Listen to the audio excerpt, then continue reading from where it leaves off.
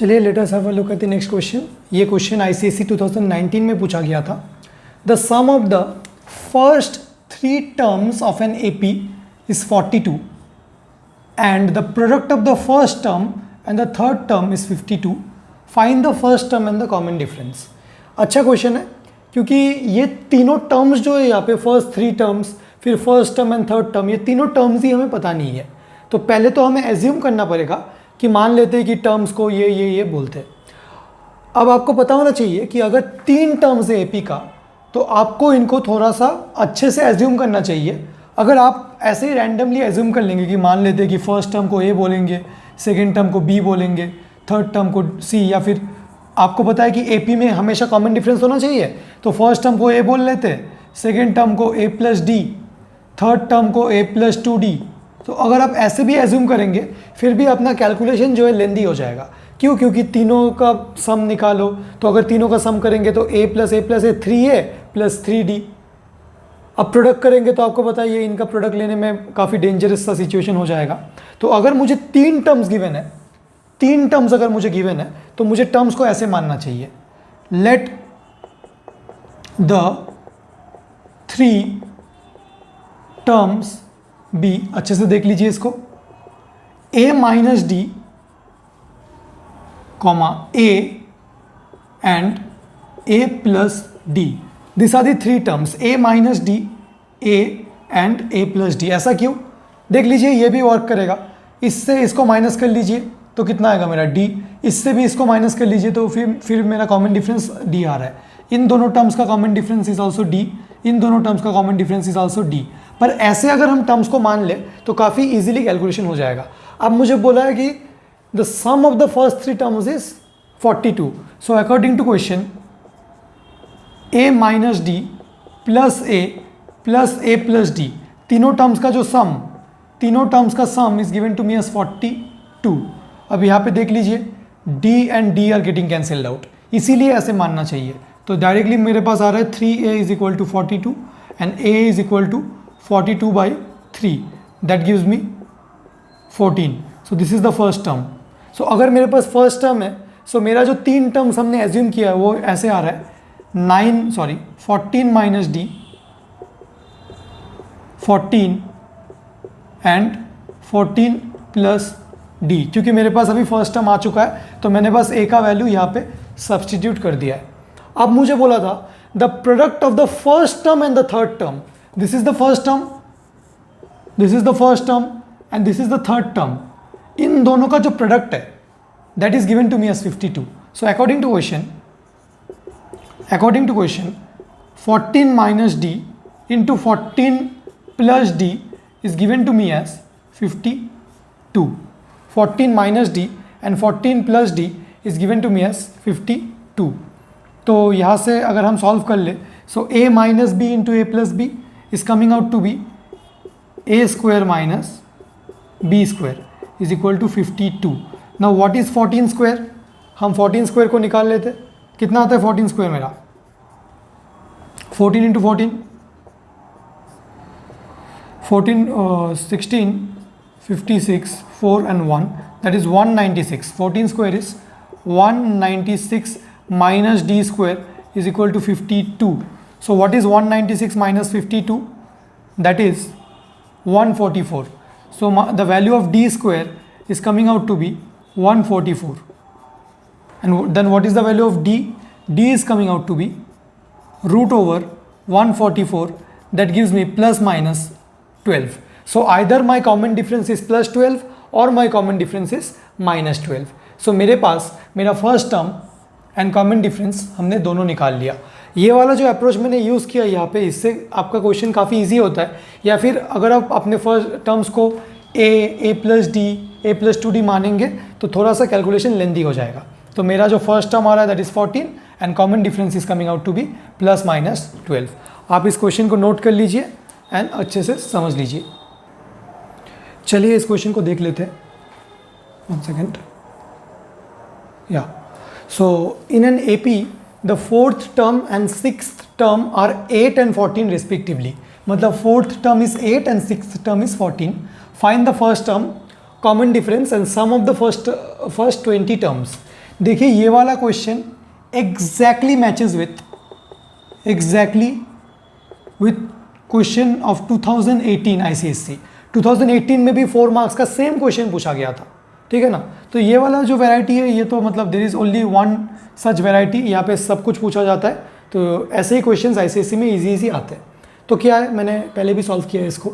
In an AP the fourth term is T4 is given as 8 and T6 is given as 14. अब मुझे क्या पता है, the nth term of any AP is A plus n minus 1 into D. So अगर मुझे fourth term निकालना है, that means if I put 4 in this formula, I will get A plus 3D is equal to 8. Let this be equation number 1. And sixth term मतलब A plus 5D is equal to 14, equation number 2।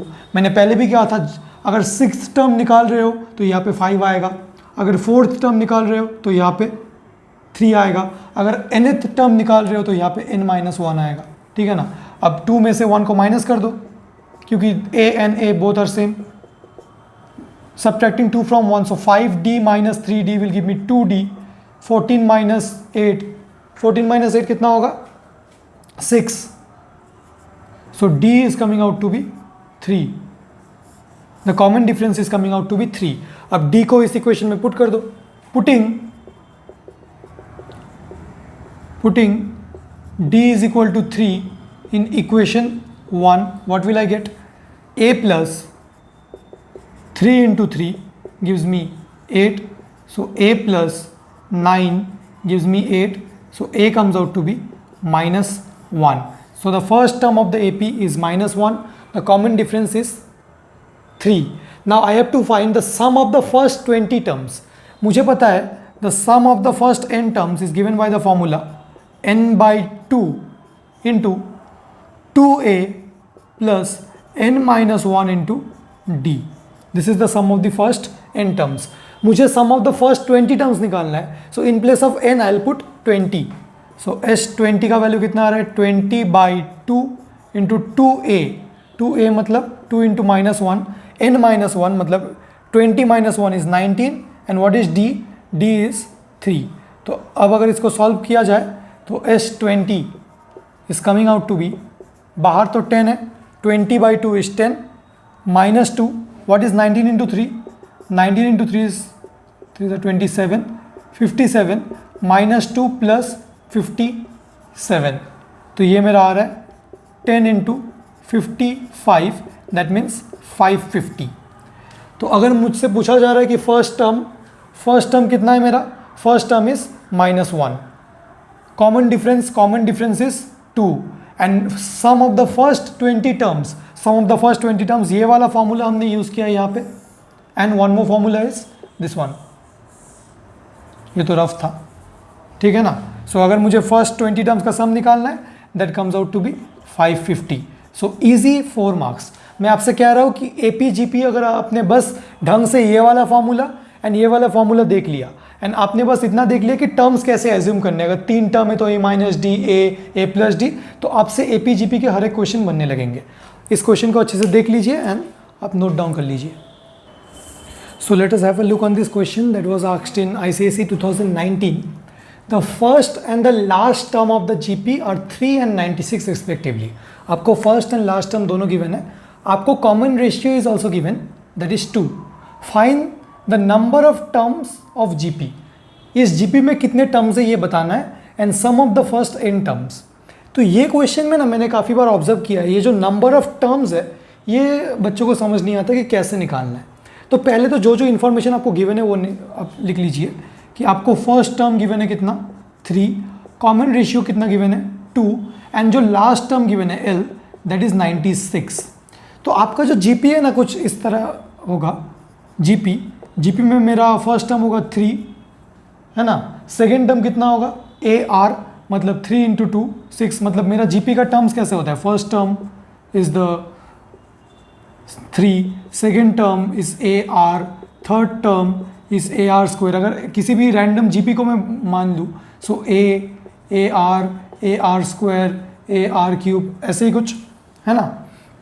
तो second term मेरा हो जाएगा 6 3 into 2, third term हो जाएगा 3 into 2 square, ये कितना है 3 इंटू 2, 3 इंटू 2 क्यूब। ऐसे ही चलते चलते मेरा जो लास्ट टर्म है वो मुझे गिवन है 96।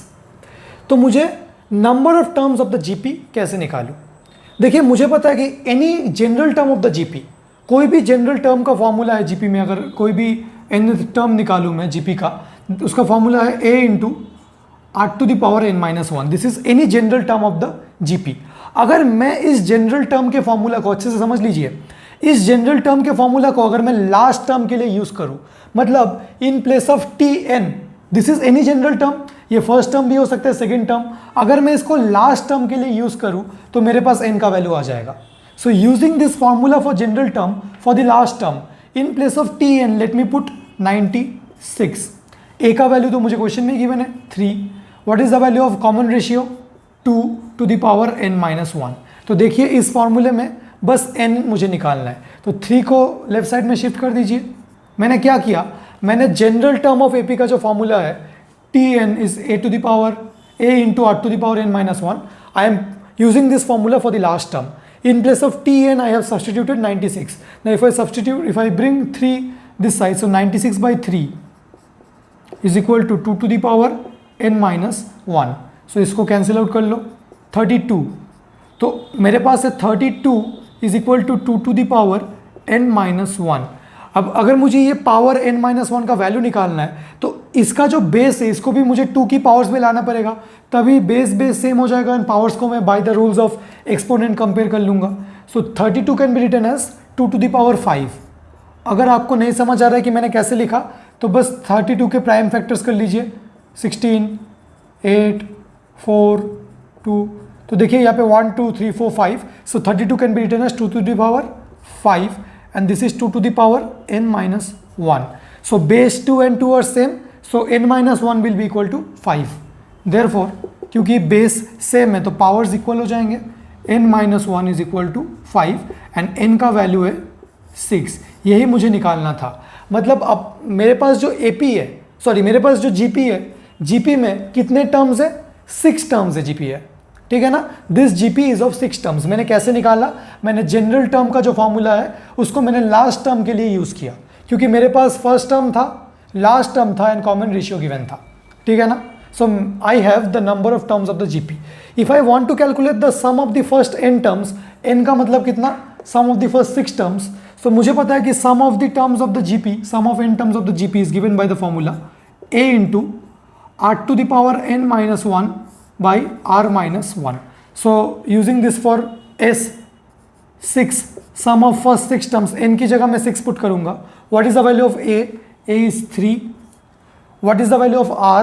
r to the power n है ना, r का वैल्यू कितना है 2, 2 to the power n मतलब 2 to the power 6 minus 1 and 2 minus 1. 2 minus 1 is 1, तो नीचे तो 1 है, कुछ नहीं है। So ये मेरा आ रहा है 3 into what is 2 to the power 6? 2 to the power 5 32 है, सो 2 to the power 6 कितना होगा 64, 64 minus 1। सो आंसर आ रहा है मेरा 3 into 63। 63 into 3 कितना आता है, total 63 is 18, 189। So the sum of first n terms, n मतलब first 6 terms, comes out to be 189।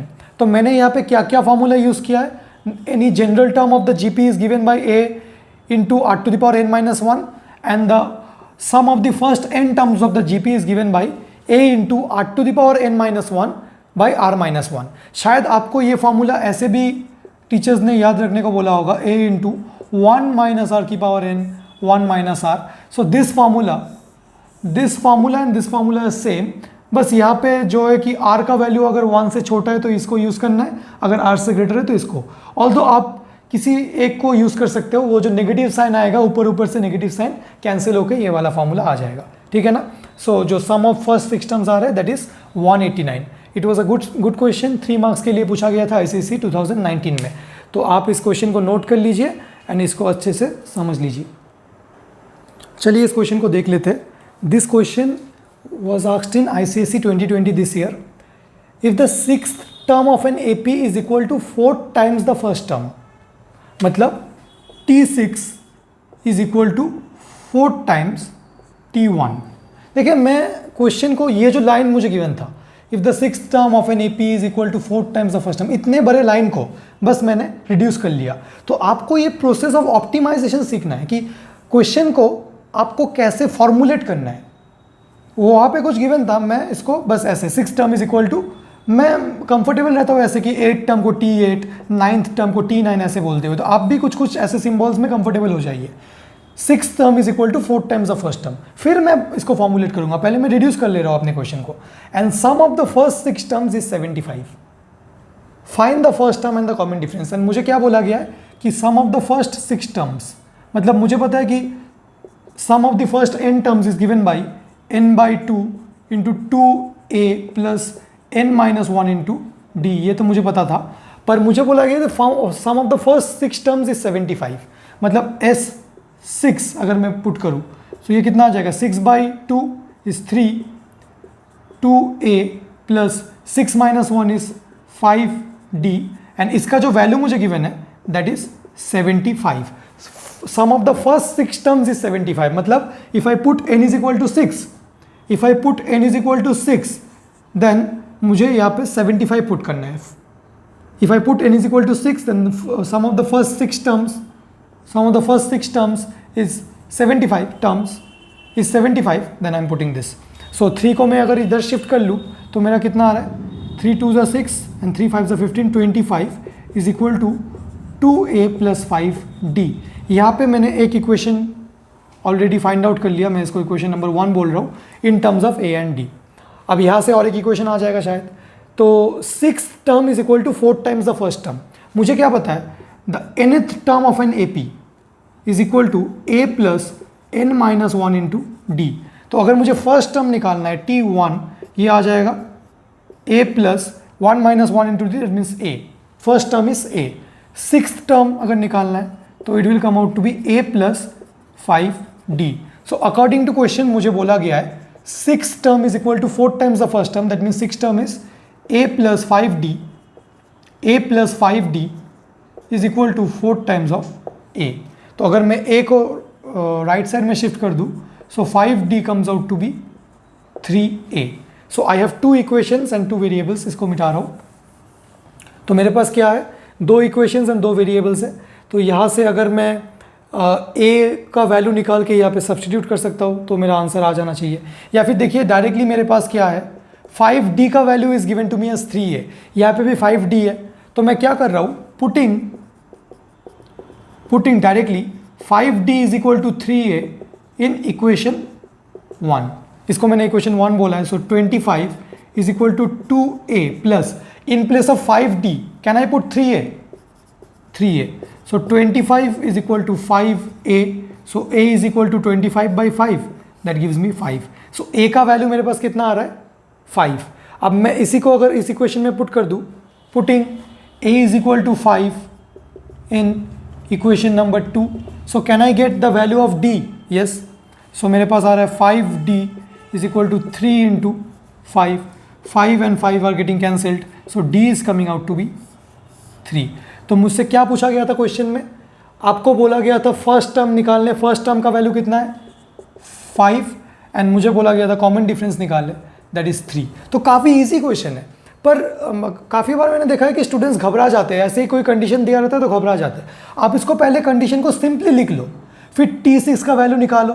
मैं बार बार बोल रहा हूँ, अगर T6 निकालना है तो a प्लस 5d आएगा, मतलब 6 से 1 कम, d का जो कोफिशिएंट होगा दैट 1 कम होगा, फर्स्ट टर्म a ही होता है, ठीक है ना। तो ऐसे ही, एंड ये जो sum of the first 6 terms given था उससे मैंने एक इक्वेशन निकाल लिया। अब मैंने दोनों को साइमल्टेनियसली सॉल्व करना है। अब सॉल्व तो आपकी मर्जी, आप कैसे भी करो। So this is the complete solution to the question that is asked in ICSE 2020। आप इसको नोट कर लीजिए एंड कॉपी कर लीजिए।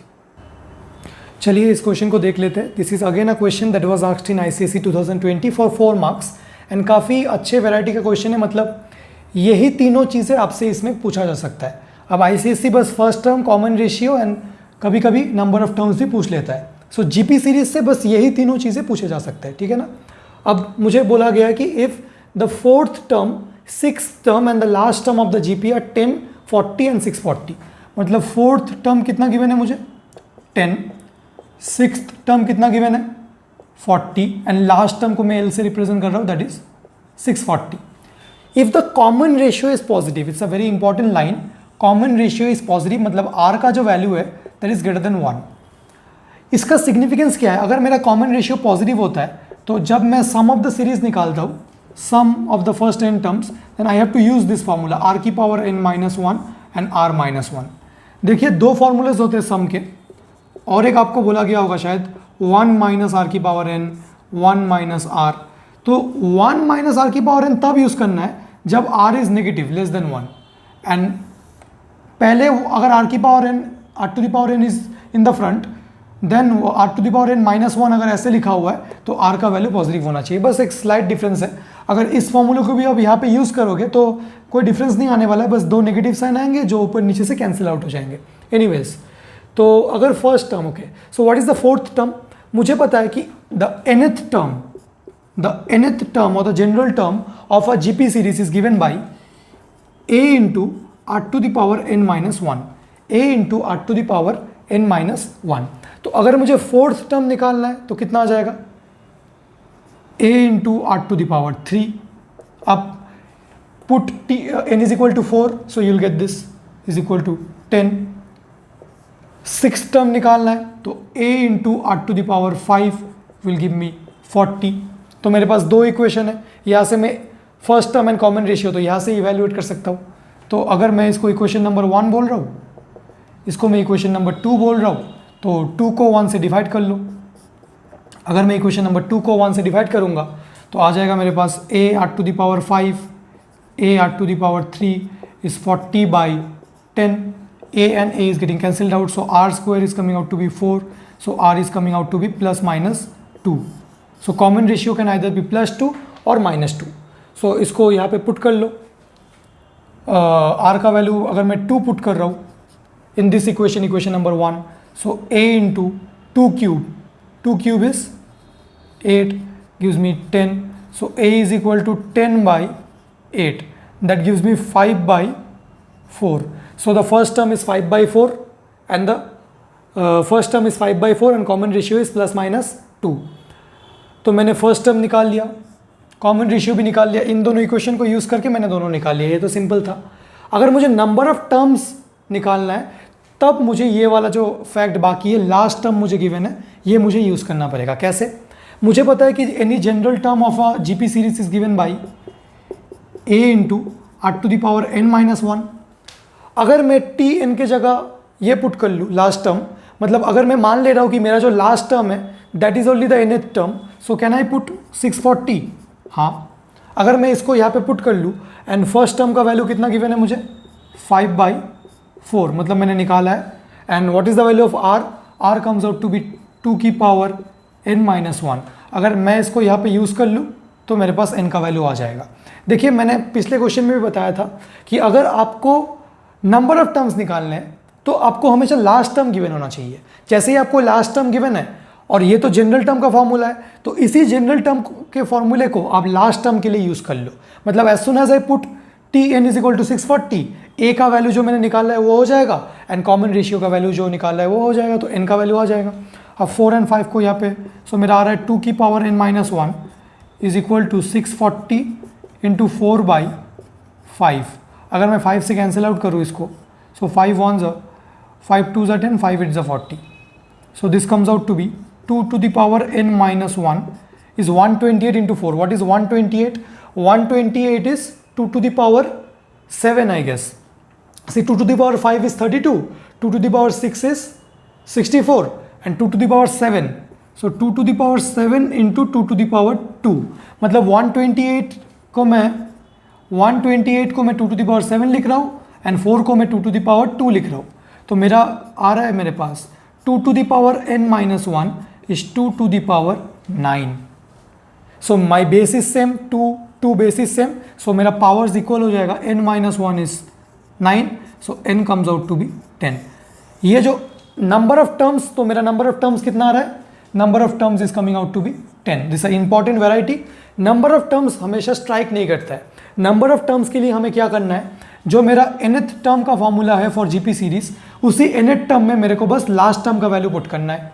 a का value as it is put करना है एंड r का वैल्यू पुट करना है, तो मेरा n का वैल्यू आ जाएगा. ठीक है ना। So this is a good variety of question, यहाँ पे तीनों पूछा जाता है। तो आप वेराइटी देख लीजिए, आइदर जीपी सीरीज से first term and common ratio का पूछ लेता है, तब मार्क्स 3 मार्क्स का पूछ लेता है, एंड अगर उसने नंबर ऑफ टर्म्स भी पूछा है तो बस यही प्रोसीजर है, ठीक है। तो आप इस सोल्यूशन को अच्छे से देख लीजिए। तो हमने 8 क्वेश्चंस इन टोटल डिस्कस किए जो आज तक आईसीएसई में पूछा जा चुका है। AP and GP is a chapter that was introduced in 2018. So 2018 से 2020 तक जो जो क्वेश्चन पूछा गया है हमने वो सारे क्वेश्चंस को डिस्कस किए। I hope you have liked all the solution. जो जो क्वेश्चंस आपसे नहीं बना होगा आपको अच्छे से सोल्यूशन को देखना है एंड प्रैक्टिस करना है। बिल्कुल AP and GP चैप्टर को आप छोड़ के मत जाइए, काफ़ी इजी क्वेश्चंस पूछे जाते हैं, फिक्स टाइप के क्वेश्चंस होते हैं, और अगर आपने थोड़ा सा भी मेहनत कर लिया, बस 1-2 दिन अगर आपने बस अच्छे से फॉर्मूलेस को रिवाइज कर लिए, 4 फॉर्मूलेज है AP सीरीज के लिए 2 general term and sum of the and terms, GP series के लिए general term and sum of the and terms. अगर आपने बस इस फॉर्मूलेस को देख लिए एंड 2-4 वैरायटी का जो पूछा जाता है क्वेश्चंस, वो सब अगर आप करके चले गए तो आपसे सारे क्वेश्चंस आईसीएसई में बन जाएंगे। I hope you enjoyed all the solutions. अगर आपको कोई डाउट है तो आप टाइम स्टैम्प के साथ नीचे कमेंट सेक्शन में पूछ सकते हैं। You can also give your valuable suggestions in order to improve the quality of the lecture. So see you in the next video. Till then, take care. Bye bye.